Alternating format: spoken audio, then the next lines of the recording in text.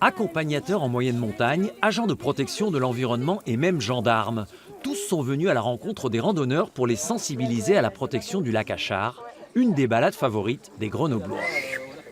Pour protéger le lieu qui est sensible et tout, où il y a de la faune, de la flore, il y a des choses qu'on ne voit pas, mais qui existent. Cet été, les incivilités se sont multipliées.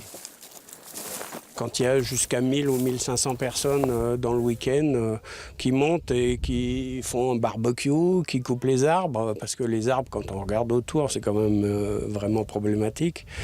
Là, il faut faire quelque chose, quoi. C'est un lieu qui est magique quelque part et c'est dommage de le dégrader. Dans 20 ans, si ça reste comme ça, c'est mort, quoi. Il n'y a plus rien, tout est noir.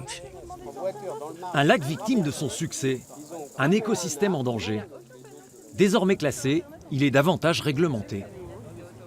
On se rend compte que peu de gens comprennent pourquoi on n'a pas le droit de faire un feu, pourquoi on n'a pas le droit de se baigner. Donc il faut leur expliquer, il faut le justifier d'un point de vue purement objectif, qui est le maintien de la biodiversité, qui est déjà par les mécanismes mondiaux en danger, mais même à l'échelle locale, qu'il faut préserver.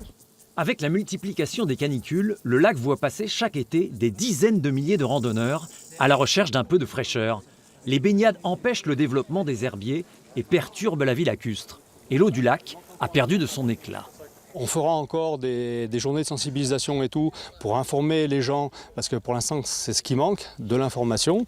Et une fois que on jugera que l'information est bien passée, a bien circulé, à ce moment-là on fera des journées de verbalisation. Et puis vu que c'est quand même des infractions avec des montants élevés, je pense que ça va en faire réfléchir quelques-uns. L'été prochain, les patrouilles vont se multiplier. Les manquements à la réglementation pourraient coûter jusqu'à 135 €.